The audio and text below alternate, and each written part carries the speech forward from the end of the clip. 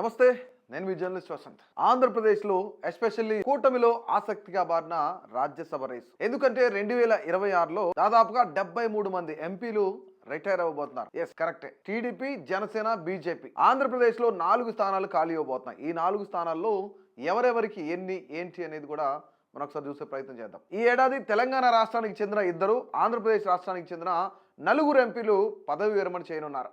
ఈ మేరకు రాజ్యసభ సచివాలయం ఈ సంవత్సరం రిటైర్ కాబోయే రాజ్యసభ సభ్యుల జాబితాను కూడా విడుదల చేసింది. ఇందులో తెలంగాణకు చెందిన BRS MP Suresh Reddy, Congress MP Abhishek Manu Singhvi April 9న రిటైర్ కానున్నారు. ఆంధ్రప్రదేశ్ నుంచి వైసీపీ ఎంపీలు అయోధ్య రామిరెడ్డి, పరిమల్ నత్వాని, పిల్లి సుభాష్ చంద్రబోస్, టీడీపీ సభ్యుడు సానా సతీష్ కుమార్. జూన్ లో రాజ్యసభ సభ్యత్వం ముగుస్తుంది. ఇక రాజ్యసభ నుంచి 2026లో మొత్తం 73 మంది రిటైర్ కానున్నారు. AICC chief Mallikarjuna Kharge, NCP అధినేత శరద్ పవార్, కేంద్ర మంత్రులు హర్దీప్ సింగ్ పురి, కాంగ్రెస్ ఎంపీ దిగ్విజయ్ సింగ్, సుప్రీంకోర్టు మాజీ ప్రధాన న్యాయమూర్తి రంజన్ గొగోయ్ల పదవి కాలం ముగుస్తుంది. పెద్దల సభలో ఖర్గే ప్రతిపక్ష నేత కావడంతో ఆయనకు మరోసారి అవకాశం దక్కవచ్చని చర్చ కూడా జరుగుతుంది. అయితే ఏపీలో రాజ్యసభకు వెళ్లాలని ఆశపడుతున్న వారు ఆరాటపడుతున్నారు. అలాంటి వాళ్ళు చాలా మంది కూడా ఉన్నారు. ఇక లీడర్లు ఎవరెవరైతే ఆశపడుతున్నారో రాజ్యసభ సీట్ల పైన బీజేపీ, అలాగే జనసేన, టీడీపీ వీళ్ళ ప్లానింగ్ డిఫరెంట్ గా ఉన్నాయి. అయితే అంచనాలు మాత్రం ఇంకోలా కనపడుతున్నాయి. అయితే ఈ 3 పార్టీలలో 4 సీట్లు పెద్దల సభకు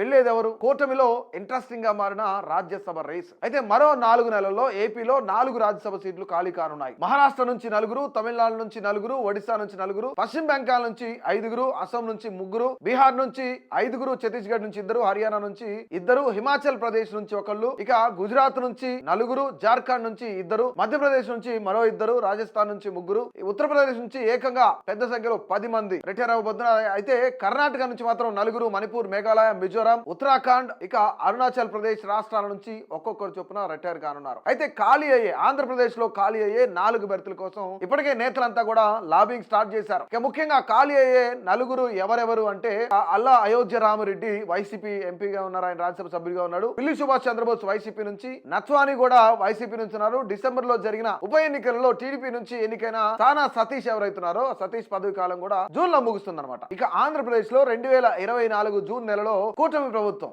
అంటే టీడీపీ, జనసేన, బీజేపీ అధికారంలోకి వచ్చిన తర్వాత ఇప్పటి వరకు ప్రధానంగా 2 విడతలుగా రాజ్యసభ ఉప ఎన్నికలు జరిగాయి. అయితే వైసీపీ, ఇక ముఖ్యంగా వైఎస్ఆర్ కాంగ్రెస్ పార్టీకి చెందిన కొందరు రాజ్యసభ సభ్యులు ఎవరైతున్నారో వాళ్ళంతా రాజీనామా చేశారు. దీంతో ఏర్పడిన ఖాళీల భర్తీకి కూడా ఎన్నికలు కూడా నిర్వహించారు. అయితే బీదా మస్తాన్ రావు, మోపిదేవి వెంకటరమణ, అలాగే ఆర్ కృష్ణ బీజేపీ నుంచి సభ్యులుగా ఉన్నారన్నమాట. అలాగే వారి పదవులు కూడా రాజీనామా చేశారు వైసీపీలో ఉండగానే. దీంతో 3 స్థానాలకు ఎన్నికలు జరిగాయి. ఇందులో ఎవరెవరు ఎట్టిల్లారు అనేది మనందరికి తెలిసిన విషయం. అయితే ఉప ఎన్నికలు అయిన వారు ఎవరైతే ఉప ఎన్నికల్లో పార్టిసిపేట్ చేశారో ముఖ్యంగా బీదా మస్తాన్ రావు, ఆయన టీడీపీ నుంచి తిరిగి రెన్యూల్ అయ్యారు, మళ్ళీ ఎన్నికయ్యారు. సానా సతీష్ బాబు టీడీపీ నుంచి, మళ్ళీ ఆర్ కృష్ణయ్య వైసీపీ నుంచి రాజీనామా చేయడంతో బీజేపీ మళ్ళీ ఆయన్ను రాజ్యసభకు ఎంపిక చేసింది అనమాట. ఈయన గతంలో వైసీపీలో ఉండేవాళ్ళు అనమాట. అయితే ముఖ్యంగా ఇక్కడ మనం చూస్తే కూటమి మద్దతుతో మళ్ళీ ఆయన రాజ్యసభకు వెళ్లారు. ఇక 2వ విడత చూసుకున్నట్లయితే, అంటే మొదటి విడత అయితే వాళ్ళు, 2వ విడత చూసుకున్నట్లయితే వైసీపీలో జగన్మోహన్ రెడ్డి తర్వాత దేంట్లోనైనా సరే, అది డెవలప్మెంట్ లోనైనా సరే, కేసుల్లోనైనా సరే, ముద్దాయి లిస్ట్ లో అయినా సరే, జగన్మోహన్ రెడ్డి ఏమనగా ఉంటే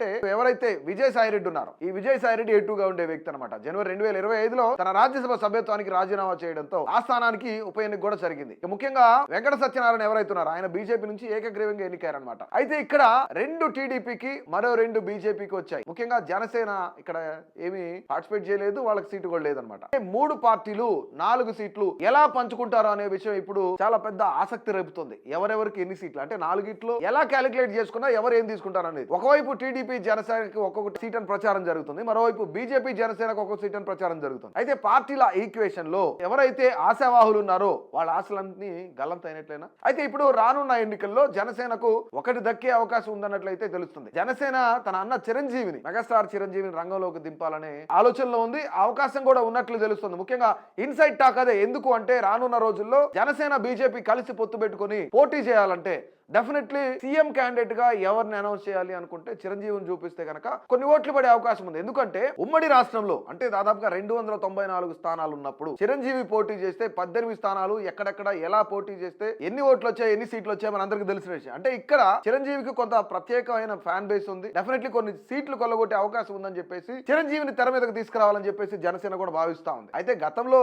బీజేపీ నుంచి రాజ్యసభకు చిరంజీవి ఎన్నిక అవబోతున్న ప్రచారం కూడా జరిగింది. బట్ ఇక్కడ జనసేనని కాదని చిరంజీవి వెళ్లే అవకాశం ఉంది. ఎందుకంటే ఆయన గతంలో పార్టీ అధినేతగా ఉన్నారు, సీట్ల కేటాయింపు ఏ విధంగా చేశారో తెలిసిందే. అలాగే కేంద్ర మంత్రిగా చేసిన అనుభవం కూడా ఉంది కాబట్టి జనసేనకి ఇక్కడ చిరంజీవి ప్లస్ అయ్యే అవకాశం ఉందనేది ఒక పెద్ద చర్చ. అదే విధంగా నత్వాని బీజేపీ నుంచి మళ్ళీ సీట్ ఇచ్చే అవకాశం ఉన్నట్లు తెలుస్తోంది. అయితే దీంతో పాటుగా ఇంకో సీటు ఆశిస్తుందనే చర్చలు కూడా ఉన్నాయి బీజేపీ.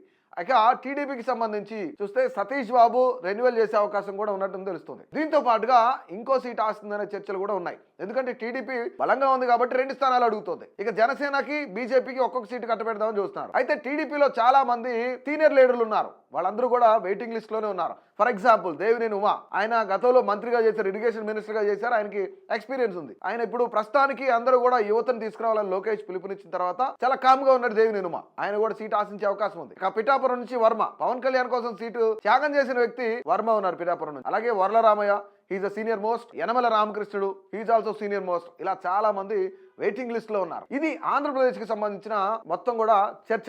రాజకీయ పరంగా ఎవరెవరు ఎన్ని సీట్లు తీసుకుంటారనేది మీ అభిప్రాయాన్ని తెలియజేయండి.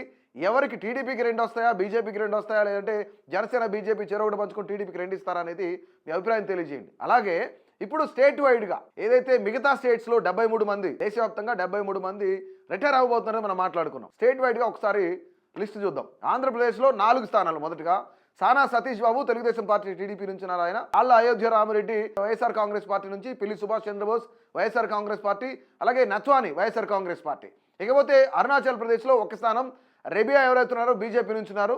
సో అస్సాంలో 3 స్థానాలు అనమాట. ఇక భువనేశ్వర్ కలిత, రామేశ్వర్ తేలి, అలాగే అజిత్ కుమార్ భుయాన్ ఇక్కడ ముఖ్యంగా 3 స్థానాల్లో ఉన్నారు. ఏజీఎం నుంచి ఆయన లాస్ట్ లో ఉన్నట్లు. ఇక బీహార్ నుంచి 5 స్థానాలు. హరివంశ్ నారాయణ్ సింగ్ జేడీయూ నుంచి ఉన్నారు. అలాగే రామ్నాథ్ ఠాకూర్ జేడీయూ నుంచి, ప్రేమ్చంద్ గుప్తా ఆర్జేడీ నుంచి ఉన్నారు. అమరేందర్ ధారి సింగ్ ఆర్జేడీ నుంచి, ఇక ఉపేంద్ర కుష్వాహా ఇక్కడ రాష్ట్రీయ లోక్ మోర్చా ఆర్ఎల్ఎం నుంచి ఉన్నారనమాట. ఇక ఛత్తీస్గఢ్ లో 2 స్థానాలు. కేటీఎల్ తులసి ఇక్కడ కాంగ్రెస్ పార్టీ నుంచి, అలాగే పూలోదేవి నేత కాంగ్రెస్ పార్టీ నుంచి. అలాగే గుజరాత్ లో 4 స్థానాలు. రాంబాయి మొకారియా బీజేపీ నుంచి, అలాగే రమిలాబెన్ బారా బీజేపీ నుంచి, బీజేపీ నుంచి. ముఖ్యంగా శక్తి సింగ్ కూడా ఇక్కడి నుంచే ఉన్నారు కాబట్టి, కాంగ్రెస్ నుంచి ఉన్నారు కాబట్టి ఎవరెవరికి అక్కడ ఎవరు వస్తారు అనేది కూడా తెలియాల్సి ఉంది. ఇక హర్యానా నుంచి 2 స్థానాలు. కిరణ్ చౌదరి బీజేపీ నుంచి ఉంటే, రామచంద్ర జంగ్రా బీజేపీ నుంచి ఉన్నారు అనమాట. ఇక హిమాచల్ ప్రదేశ్ నుంచి ఒకే ఒక స్థానం ఇందు గోస్వామి అనమాట, బీజేపీ రాజ్యసభ సభ్యులుగా ఉన్నారు. జార్ఖండ్ నుంచి 2 స్థానాలు. సిబు సోరైన్ ఇక్కడ జేఎంఎం నుంచి ఉన్నారు. దీపక్ ప్రకాష్ బీజేపీ నుంచి ఉన్నారు. కర్ణాటక నుంచి 4 స్థానాలు. ఖర్గే కూడా ఇక్కడ నుంచి ఉన్నారనమాట. ఇప్పుడు ప్రస్తుతానికి కాంగ్రెస్ పార్టీ అధ్యక్షులుగా ఉన్న వ్యక్తి ఖర్గే కూడా కర్ణాటక నుంచి అనమాట. ముఖ్యంగా కడడి బీజేపీ నుంచి ఉన్నారు. అలాగే నారాయణ్ బీజేపీ నుంచి ఉన్నారు. కాంగ్రెస్ నుంచి మల్లికార్జున ఖర్గే, అలాగే హెచ్డి దేవేగౌడ కూడా ఇక్కడ జేడీఎస్ నుంచి ఉన్నారు అనమాట. ఇక మధ్యప్రదేశ్ లో 3 స్థానాలు చూసుకుంటే, కురియన్ బీజేపీ నుంచి ఉంటే, సుమేర్ సింగ్ సోలంకి బీజేపీ నుంచి ఉన్నారు. దిగ్విజయ్ సింగ్ కాంగ్రెస్ నుంచి ఉన్నారు. ఆయన చాలా సీనియర్ మోస్ట్ కాంగ్రెస్ నేత. మహారాష్ట్ర నుంచి 7 స్థానాలు. ఇక్కడ ముఖ్యంగా పార్టీలు చూసుకుంటే, బీజేపీ నుంచి ఉంటే భగవంత్ కరాడ్ బీజేపీ నుంచి ఉన్నారు. అలాగే ఫౌజియా ఖాన్ ఎన్సీపీ నుంచి ఉన్నారు. ముఖ్యంగా ఇక్కడ శరద్ పవార్ పార్టీ ఎన్సీపీ అంటే శరద్ పవార్ కూడా ఎన్సీపీ. ఇక్కడ ముఖ్యంగా ప్రియాంక చతుర్వేది శివసేన యూబీటీ నుంచి ఉన్నారు.